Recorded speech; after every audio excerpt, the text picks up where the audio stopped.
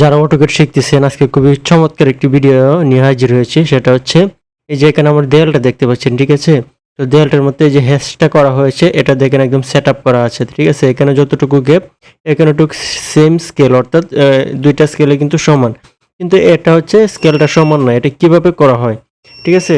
তো অনেকেই দেখবেন যে স্কেলিংটা সুন্দর মতো করতে পারে না। আমি যদি আপনাদেরকে একটু বিস্তারিতভাবে বলি, একটু ধৈর্য সহকারে ভিডিওটা দেখুন।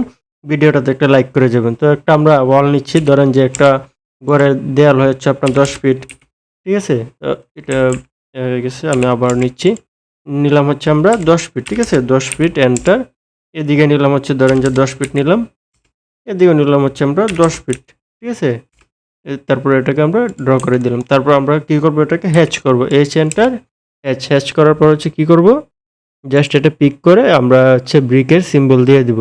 এখন দেখেন এই হ্যাশটা সঠিক মতো দেখা যাচ্ছে না।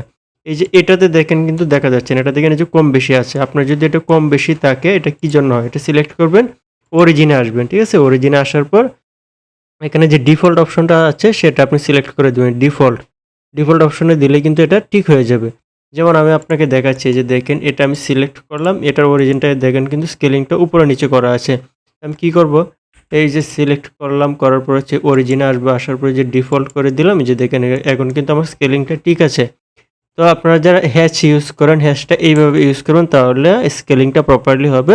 চারিদিকে সে সুন্দর মতো মেজারমেন্টে সে টেক করবে, ঠিক আছে? অর্থাৎ ধরে নিবে। তো আশা করি ভিডিওটা ভালো লাগছে এবং উপকার হয়েছে আপনার। ভিডিওটা শেয়ার করে দিন।